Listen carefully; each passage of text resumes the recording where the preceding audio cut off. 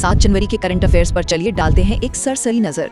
आज हम बात करेंगे 8 बड़ी राष्ट्रीय और अंतर्राष्ट्रीय घटनाओं की जो जियोपॉलिटिक्स से लेकर साइंस तक फैली हैं। तो सबसे पहले पश्चिम बंगाल की बात करते हैं। सागर द्वीप को काकद्वीप से जोड़ने के लिए मुरीगंगा नदी पर 5 किलोमीटर लंबे पुल की नींव रखी गई है। इससे गंगा सागर मेला जाने वाले तीर्थयात्रियों के लिए सफर बहुत आसान हो जाएगा। दूसरा, ग्लोबल टैक्स नियमों में एक बड़ा बदलाव आया है। देखिए, अमीर देशों के संगठन OECD ने अमेरिकी कंपनियों को 15% ग्लोबल मिनिमम टैक्स से छूट दे दी है।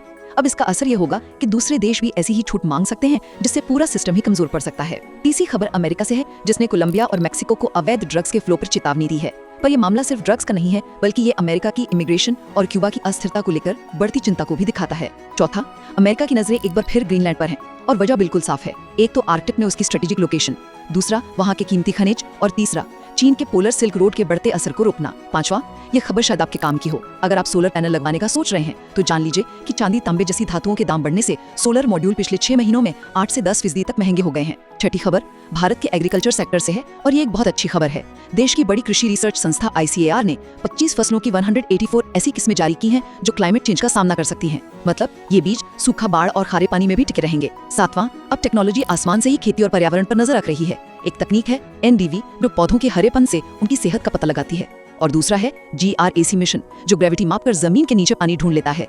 और आठवीं यानी आखिरी खबर साइंस की दुनिया से है। एक बहुत बड़ी उपलब्धि, वैज्ञानिकों ने हाइड्रोजन अणु में ऊर्जा के अंतर को इतनी सटीकता से मापा है जितना पहले कभी नहीं हुआ। ये फिजिक्स के बेसिक सिद्धांत क्वांटम इलेक्ट्रोडायनामिक्स का अब तक का सबसे मुश्किल टेस्ट था।